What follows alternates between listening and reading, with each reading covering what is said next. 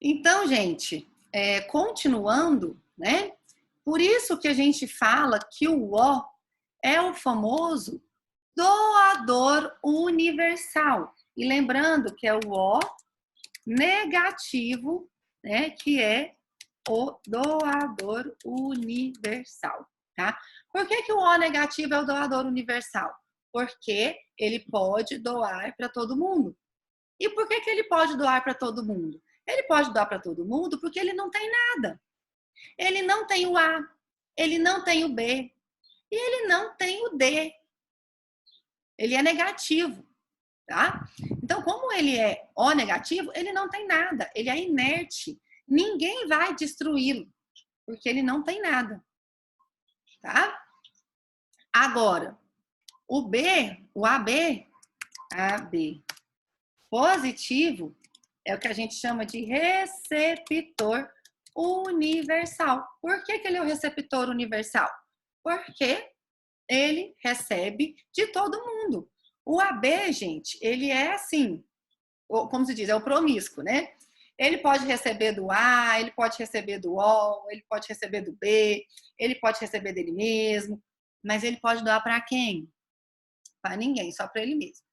Então ele é egoísta, ele recebe de todo mundo, mas ele não doa para ninguém. O O, em compensação, é o caridoso. Ele doa para todo mundo, mas ele só recebe de quem? Só dele mesmo, coitadinho, né? E aí vamos lá lembrar agora, então, já que a gente está falando disso, vamos lá no positivo e no negativo, né? Vamos lá. Uma pessoa que é positivo, ela pode doar para quem é positivo? O que vocês acham? Pode. Pode, porque eles são do mesmo tipo sanguíneo, né? Mas uma pessoa que é positivo, ela pode doar para quem é negativo? O que vocês acham? Não? Não. Não pode.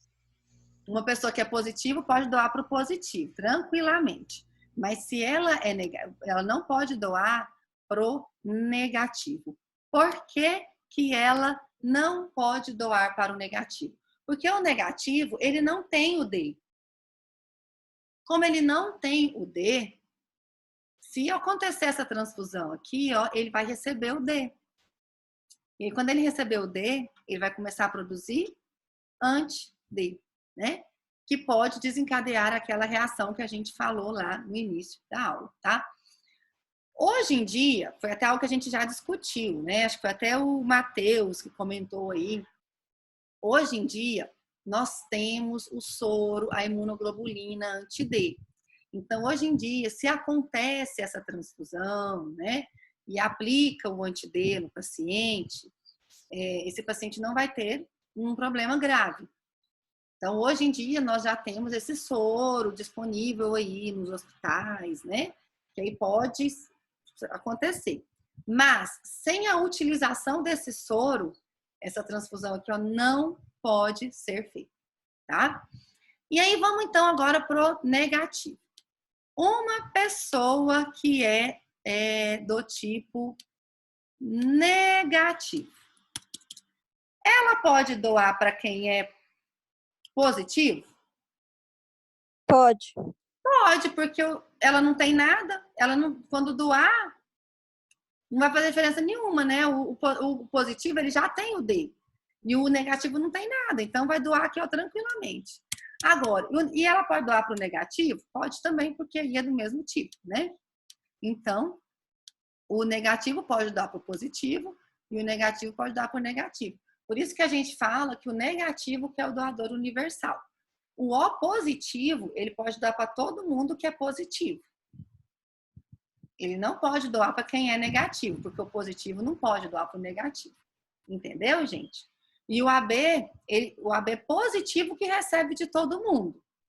Porque se for AB negativo, aí ele só vai poder receber de quem for negativo. Entendeu, gente? Então, nós temos aqui, né? Antes da gente ir para a próxima. Vem uma dúvida. Vamos lá naquelas aglutininas. Mas, professora, isso aqui que você me falou eu entendi. Entendi muito bem por que que o A não pode doar para o O, né? Porque o O não tem o A. Se ele não tem o A, quando o A chegar lá nele, ele vai expulsar o sangue. Né? Isso eu entendi. Né? Mas a senhora não falou que quem é O não tem aglutinina? O tipo O, ele não tem aglutinina anti-A e anti-B? Se ele tem aglutinina anti-A, eu não posso pegar o tipo O e doar para o A, porque essa aglutinina anti-A vai destruir o sangue do A. Não estou entendendo, porque agora você falou que o O é o doador universal. Por que que isso pode acontecer, gente? Por que que o O pode doar para o A, mesmo ele tendo essas aglutininas? Porque foi o que eu falei para vocês anteriormente. Essas aglutininas são aglutininas produzidas por entrarmos em contato com substâncias no meio. Então, essa quantidade de aglutinina, ela é uma quantidade muito pequena e não é tão forte, nunca vai provocar uma reação forte nesse paciente aqui, entendeu? Por isso que pode sim ocorrer essa transfusão. É claro que a opção, se a gente puder optar, né? O ideal é que transfusão seja feita em isogrupos. O que são isogrupos? Pessoas do mesmo grupo sanguíneo. Então, o ideal é que pacientes do tipo A receba do A, o B receba do B e o AB receba do AB. Tá? Esse é o ideal. Mas, está no banco de sangue, um paciente precisando de um sangue. Perdeu muito sangue, por exemplo, em um acidente. Esse paciente é tipo A. Quando olha no estoque, não tem nenhuma bolsa tipo A. Mas tem tipo O. Pode fazer a transfusão? Pode. É o que a gente chama de heterogrupos, né? Já que não tem a bolsa do mesmo tipo, né? Então, a gente aceita do O, tá? Aí o O pode. Mesmo tendo essas aglutininas. Porque as aglutininas é uma quantidade muito pequena. Por mais que tenha um pouco de destruição do A, os benefícios do recebimento do sangue é maior. Então, quando a gente avalia risco-benefício para o paciente, é melhor um tipo A receber de um O do que não receber de ninguém. Entenderam aí esse ponto, gente, ou não? Sim ou não? Tranquilo? Se o O for negativo e o A for positivo, pode? Pode, porque o negativo ele pode doar para todo mundo. O negativo ele pode doar para o positivo tranquilamente. O negativo ele não tem nada. Ele não tem nada. Como ele não tem nada, não vai ter essa expulsão, tá? A gente só expulsa o que é estranho. O que não é estranho, a gente não expulsa. Entendeu, Matheus? Sim? Tá. Então, vamos lá, né? Dando continuidade a isso. Tem essa outra tabelinha aqui, né? De quem pode doar para quem. Então, o O negativo, ele é o doador universal porque ele pode doar para todo mundo. Ele pode doar para o AB, o A, para todos esses aqui, né? E o AB é o receptor universal porque ele recebe de todo mundo. Agora, por exemplo, o AB negativo, ele só pode receber de quem for negativo. Tá? Que foi isso que a gente estava falando. Deixa eu ver. E aqui é como que a gente faz para descobrir o tipo sanguíneo do paciente. Como que eu faço para descobrir o tipo sanguíneo do paciente? Eu pego uma lâmina e pingo o sangue do paciente. Então, eu pego 3 lâminas. Eu pingo 3 gotinhas. Então, em uma lâmina, eu pingo uma gotinha, na outra lâmina também, né? Na outra também. Aí eu vou e pingo os anticorpos. Então, por exemplo, nessa lâmina aqui, ó, eu pinguei aqui, nessa lâmina eu pinguei a gotinha. de sangue. Então, aqui é a gotinha de sangue. Colhi do paciente a gotinha de sangue e pinguei na lâmina. Aí, para eu saber se ele tem o tipo ou não, eu preciso ver uma reação de aglutinação direta. Tá? Eu preciso ver se tem esse antígeno natural nessa hemácia. E aí, como que eu vou descobrir isso? Eu pingo o anticorpo.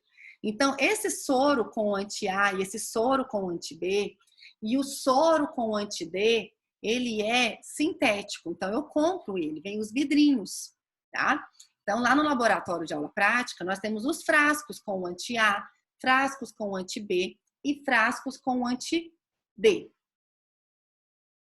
Vamos lá, Daniela, daqui a pouco eu te respondo. Então, por exemplo, eu pingo a gotinha de sangue do paciente.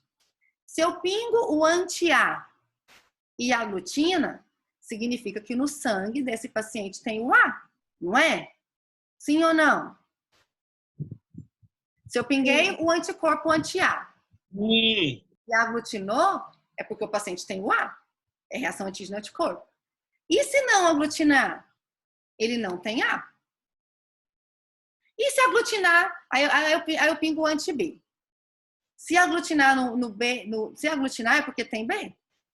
E se não aglutinar? É porque não tem B. Tá? Então, quando eu pego uma lâmina, vou sair dessa tela aqui, gente, para compartilhar meu quadro com vocês. Eu prefiro o quadro para explicar isso aqui. Vamos lá. Então, como que a gente faz lá na aula prática? Eu pego as lâminas. Nessas lâminas aqui, eu pingo a gotinha de sangue do paciente. Então, nessa lâmina, eu vou e pingo a gota de sangue aqui.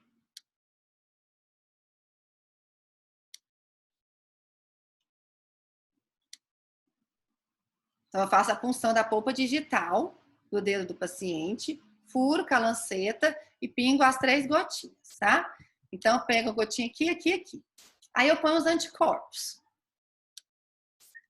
Então, aqui, ó, eu vou pôr o anticorpo aqui, eu ponho aqui e eu ponho nesse aqui também. Nesse aqui, eu vou pôr o anti-A. Nesse aqui, eu ponho o anti-B. E nesse aqui, eu ponho o anti-D.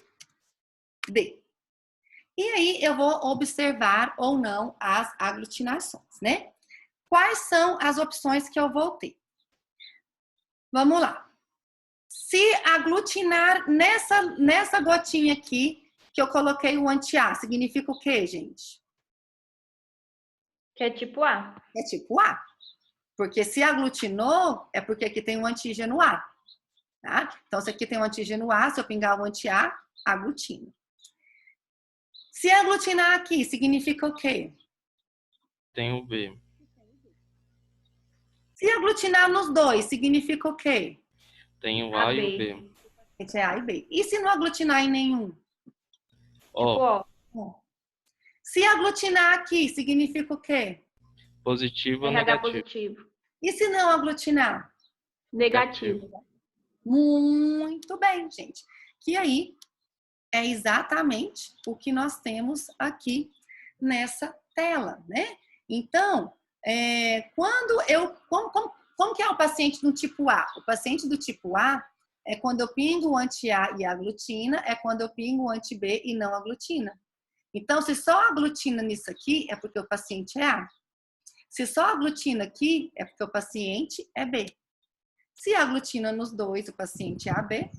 E se não aglutina em nenhum, o paciente é O. Né? E aí aqui eu ainda posso acrescentar o RH, né? O positivo. Se aglutinar é positivo, se não aglutinar é negativo. Professora, Oi. existe o anti-AB, não existe? Eu pingo o anticorpo anti-A e pingo o anticorpo anti-B.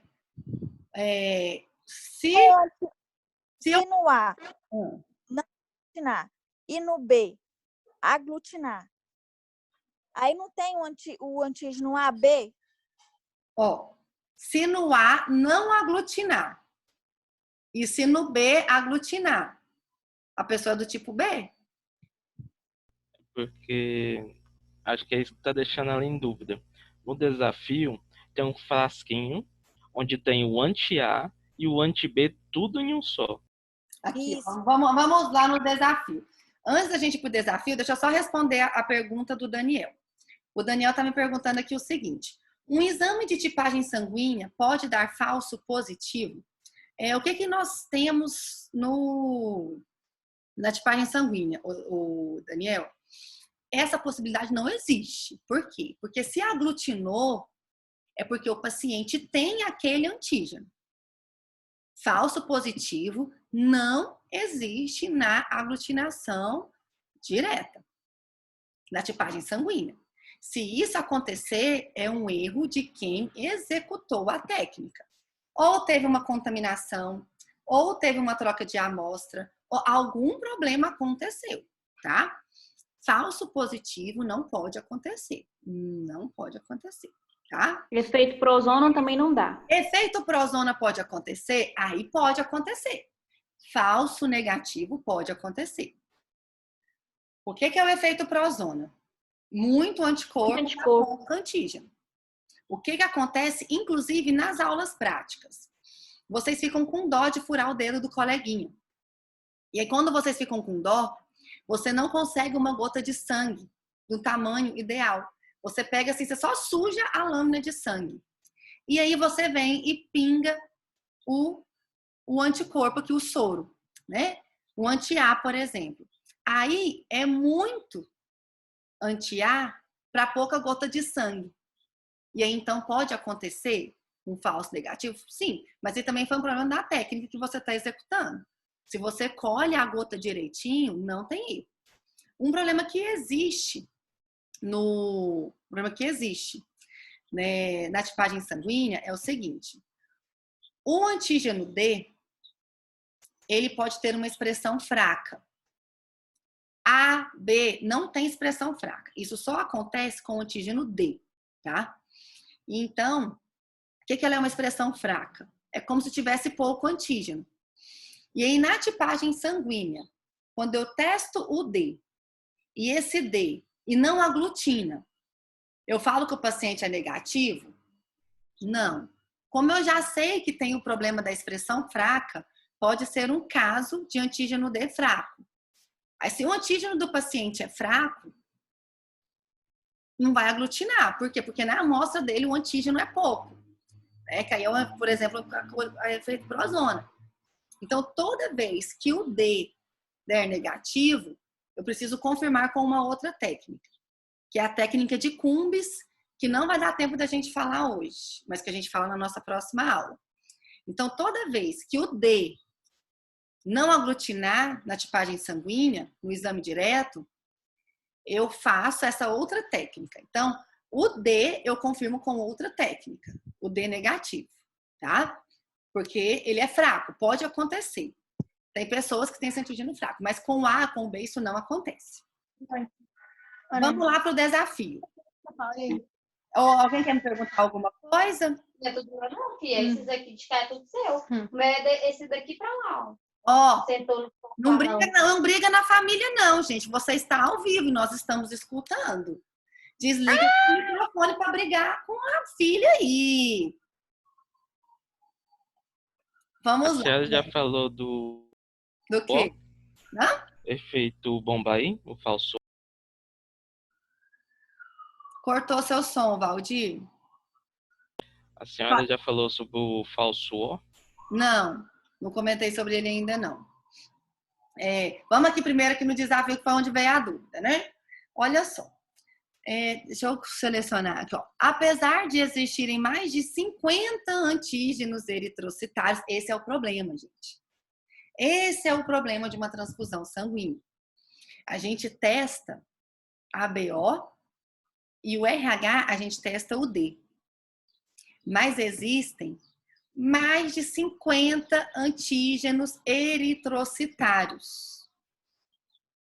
Ou seja, a gente testa só para a BO e o D. E os outros? Os outros a gente não testa. Por isso que podem acontecer reações transfusionais, mesmo o banco de sangue tomando todos os cuidados possíveis. Mas aí, beleza. né? O ABO e o RH, ele é o mais importante, por quê? Porque eles estimulam mais a produção de anticorpo. Então, por isso que a gente testa para eles, porque eles são os mais importantes na prática transfusional, né? Aí, beleza. Então, a determinação dos antígenos do sistema ABO e RH indica o tipo sanguíneo do indivíduo. Essa informação ela é importante em diversas situações, como na gestação e na necessidade de transfusões sanguíneas. Além de, gente, na gestação a gente vai falar, tá? Daquele caso da incompatibilidade sanguínea da mãe com o filho. A gente ainda vai falar. Além disso, pela característica de herança genética, também é útil em alguns casos de paternidade. Vamos lá. Passeando no centro da pequena cidade onde moram, mãe e filha encontram uma ação de saúde da prefeitura. Enquanto a mãe aferia sua pressão, a filha decidiu realizar tipagem sanguínea. Sabia que a mãe é tipo O negativo, mas não tinha conhecimento do tipo sanguíneo do pai, a quem nunca conheceu. Aí, vai lá o teste. A coleta e a testagem foram realizadas presencialmente e foi visualizado o seguinte resultado.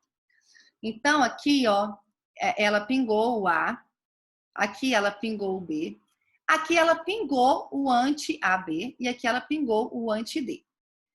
O que é esse anti-AB? Gente, o anti-AB é quando junta os dois. Vamos pegar aqui, ó, quando eu coloquei o meu quadro. Cadê o meu quadro? Quando eu coloquei o meu quadro, eu testei somente 3 soros. Eu pus o anti-A, pus o anti-B e pus o anti-D. Desse jeito, eu consegui ver se a pessoa é AB? Consigo. Por quê? Se não aglutinou A. Porque se aglutinou aqui e aglutinou aqui, é porque a pessoa tem os 2 antígenos, tem o A e tem o B, né? Então, essa outra testagem que eles fizeram aí, né? Em que eles escolheram uma outra gotinha da paciente e testou lá, né, colocou aqui o anti-AB, né? Então, lá no desafio, ele fez esses 4 testes. Esse aqui, tem a necessidade de fazer esse aqui? Necessidade não tem. Então, isso aqui, ó, não precisava ter feito. Só com isso aqui já dava para saber se o paciente era AB, tá? Eles testaram ali porque eles acharam que era mais seguro, mas necessidade não tem. Vamos voltar lá no desafio. Então, respondi a dúvida aí de quem estava falando do desafio, desse anti-AB. Eu não lembro quem foi a pessoa. Então, aqui, né, ele aglutinou. Mas aí, olha o que aconteceu. Isso aqui, gente, é algo que não pode acontecer. Olha só. O anti-A, olha o que deu o anti-A. Não aglutinou. O anti-B aglutinou. Agora, olha aqui. O anti-AB aglutinou.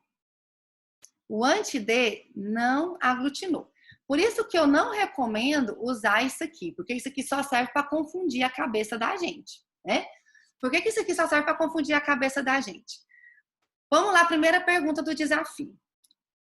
Considerando o resultado da tipagem sanguínea por aglutinação direta, qual que é o tipo sanguíneo da filha? Qual que vocês acham que é o tipo sanguíneo dessa menina? B negativo que eu coloquei. Fiquei com dúvida, mas coloquei. Aglutinou aonde? Aglutinou no B, então a pessoa tem B. Aglutinou no A? Não. Então ela não tem A, né? Então ela só tem tipo B. Então tipo B ela é, né? Por que aglutinou aqui no anti-AB? Porque ela tem o B. O fato de ter aglutinado aqui não significa que ela é do tipo A, B, não. Significa que aglutinou porque ela tem o B. Então, se ela tem o B e nesse frasquinho tem os 2, o anti-A e o anti-B, então vai aglutinar, né? Então, aqui aglutinou por causa do B, e não porque ela é AB, gente. Ela é do tipo B. E agora, positivo ou negativo? Quando ela Negativo. B, não aglutinou. Então, ela é possivelmente negativa. Tá? Por que a gente fala que ela é possivelmente negativa? Por causa daquele exemplo que eu falei para vocês, que tem algumas pessoas que têm o antígeno D fraco. Quando o antígeno D é fraco, a gente não consegue ver aqui. Então, eu teria que confirmar esse resultado com uma outra técnica, tá? Mas, olhando aqui, ela é possivelmente um B negativo. Eu só teria que confirmar com outra técnica. O Daniel está aqui me perguntando. O Matheus está me perguntando. Esse frasco AB não serve para nada. Desnecessário. Às vezes serve mais para confundir a gente. Serve mais para ter segurança. Como o Valdir falou, é uma forma de você confirmar, né? Ter mais segurança ainda do teste. Mas é obrigatório utilizar esse anti-A e esse anti-B? Não, porque pode gerar até essa confusão, né? Por que eles falam que é para dar mais segurança? Porque confirma. Já pensou se não tivesse aglutinado aqui? Né? Aí a gente pode pensar que esse frasco aqui está contaminado. Tá? Então, é mais para você ter uma segurança. Por que a gente preocupa muito com a contaminação, gente, nesse exame? A gente preocupa muito com a contaminação porque esses frascos, eles são conta-gotas. Então, esse conta-gotas, eu já pego ele e já pinga a gotinha diretamente na lâmina. E aí, o que a gente tem que tomar muito cuidado? Se esse conta-gotas encostar na amostra do paciente, no sangue do paciente, contamina a ponta do conta-gotas. Aí você vai e coloca todo esse material de volta para o frasco. E contamina toda essa substância aqui, ó. Todo esse soro vai ficar contaminado, entendeu? Então, isso aqui é uma forma de segurança, né? Nesses casos de contaminação de frasco, é mais um teste que você faz. Mas necessidade não tem, tá? Serve para errar no dia da prova. Ai, só vocês mesmos. Aí, vamos lá. Então, a filha aqui, né? O desafio até falou, né? Vamos lá olhar. A mãe é O negativo. Então, vamos lá para a nossa lousa, o nosso quadro branco. Deixa eu pegar aqui uma outra página. Então, a mãe, ela é O negativo.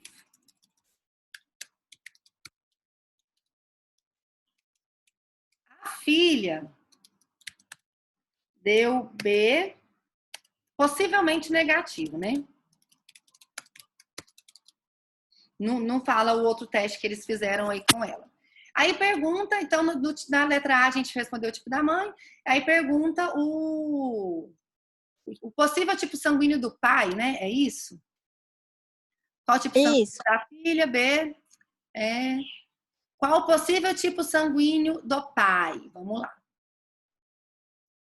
Deixa eu achar minha luz aqui. O possível tipo sanguíneo do pai, né? Vamos lá. Essa mãe, para ela ser o gene dela é O, né? Então, essa filha aqui, para ela ser B, gente, a gente sabe que não tem como ela ser bebê. Vocês concordam comigo que não tem como ela ser bebê? Porque a mãe... Sim, tem que ser BO. Né? A filha, a gente sabe que é B. Então, ela herdou esse B de quem? Do pai. Ela herdou esse B do pai. Obrigatoriamente, ela herdou esse B do pai, né? Então, qual que é o tipo sanguíneo do B, do pai? O pai, ele obrigatoriamente, ele tem que ter o tipo B. Ele pode ser AB? O que vocês acham? Não. O pai pode ser AB? Não. Não. Pode. Por que ele pode ser E o gene O? Mas o Ah, vocês estão mais espertos que eu. Deixa eu apagar aqui. Porque não pode. Ah, apaguei tudo sem querer. Tem que ser 2 O, só da mãe não vai. Né? É verdade. Só que aí ele herda o O. Muito bem. Quem falou essa aí? Quem que respondeu aí que eu não tô vendo os participantes agora? Foi a Deus. Eu e a Edilane, se eu não me engano. Ah, muito bem, Edilane. Então, essa criancinha aqui, essa pessoa, ela herdou esse B desse pai, e aí, obrigatoriamente, ela vai ter que herdar um gene da mãe. Então, obrigatoriamente, ela vai herdar, né, o O. Então, a criança vai ser tipo BO, né? Mas esse pai aqui, ele pode ser BO? Pode. Esse pai, ele pode ser BB? Pode. Mas esse pai, ele não pode ser AB? Não. Não pode. Pode. Se ele for AB, ele vai herdar o B aqui, ó. Entendeu? O trem vai confuso. Se esse pai for AB, ele pode ter doado o B e a mãe ter doado o O. Ah, é verdade. A mãe que é O, não é a filha. É. Agora, por exemplo, então esse casal aqui, ó. Vamos pegar esse casal aqui, ó. Eles poderiam, vamos supor que eu não sei o gene desse pai aqui, que a gente não conhece ele, né? Pelo caso clínico, a gente não conhece esse pai. Então, se a gente não conhece, esse pai, ele pode ser qualquer um desses aqui. E aí, os filhos desse casal, eles podem ser tipo O, porque vai herdar o O da mãe e o O do pai. Ou o filho do casal pode ser só tipo B, né? Porque vai herdar o O e vai herdar o B. Pode ter filho tipo A? Pode. Se herdar o A do pai e o O da mãe, pode ter filho tipo A. Por isso que eu falo para vocês, gente, é um tipo de... Quando falar de herança genética, né? Quando na prova tiver tipo um desafio como esse lá na prova, vocês sempre têm que pensar no gene e não somente no fenótipo. E aí o gene, vocês têm que pensar nisso aqui e fazer os cruzamentos. Então, na prova, pode ir lá fazer o rascunho e fazer os cruzamentos, viu? Então, a mãe a gente sabe que é O. Né? O pai, a gente sabe, pode ser B ou pode ser AB também. O pai só não pode ser A. Porque se ele pode ser A, só tipo A, aí não tem como o filho ser B, né? O pai não pode ser O, porque senão o filho teria que ser O também. Mas... Professora, então, nesse caso, a filha poderia ser A, pelo gene do pai. Vamos lá, voltar. Nesse caso, quer ver? Deixa eu voltar aqui para a luz. Cadê? Deixa eu voltar aqui para a luz. Os filhos desse casal, eles podem ser tipo A? Os filhos desse casal pode. Ah, tá. Mas a menininha, ela não é tipo A porque fez a tipagem sanguínea lá, né? Você viu lá que fez a tipagem sanguínea bonitinha. Então, essa menininha, ela não é tipo A porque fez o teste nela, fez o exame nela. Entendeu? Mas esse casal, vamos pegar um outro caso. Assim, vamos pegar outro exemplo.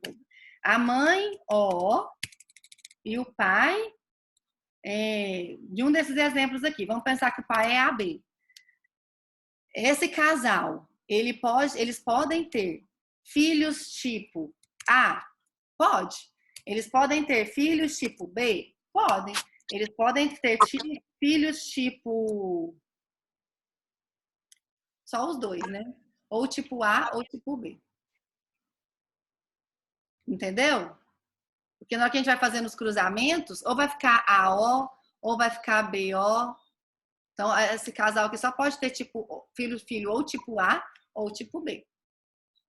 Beleza. Tá? Então, aqui, ó, vamos supor que essa menina tem uma irmãzinha, né? Desse mesmo pai que a gente não sabe quem.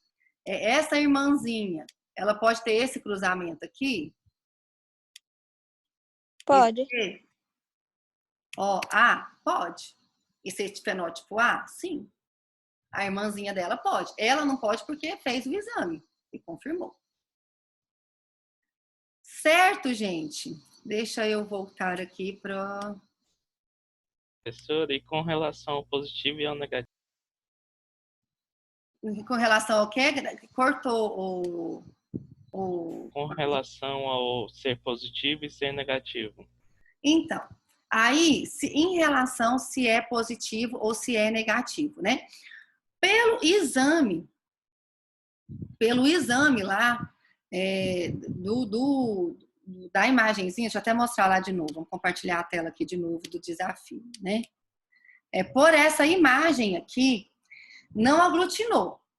Então, essa menina, ela é possivelmente negativa, mas eu posso afirmar que ela é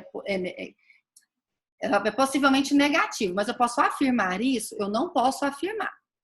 Por que eu não posso afirmar isso? Porque eu tenho que repetir esse exame com uma outra técnica. É o que a gente fala do que eu estava falando lá do antígeno D fraco, tá? Aí essa técnica é a técnica que o desafio falou lá para vocês, né? Que é o teste de Cumbis. Então, esse teste de Cumbis é o que eu vou confirmar isso aqui. Então, essa menininha aqui, ela pode ser um B positivo? Pode. Mas ela pode ser um B negativo? Pode.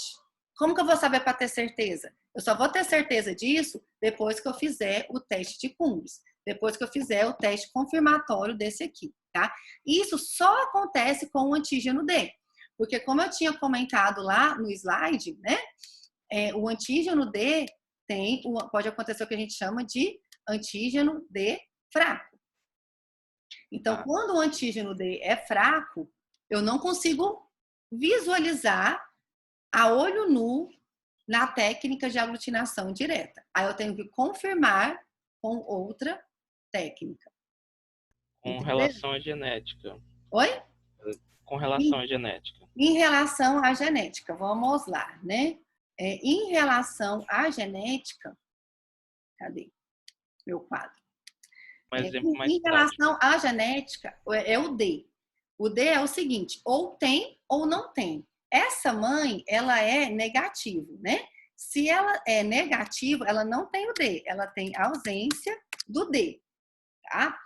Agora, se essa mulher é negativa e o pai é negativo, obrigatoriamente os filhos todos serão negativos.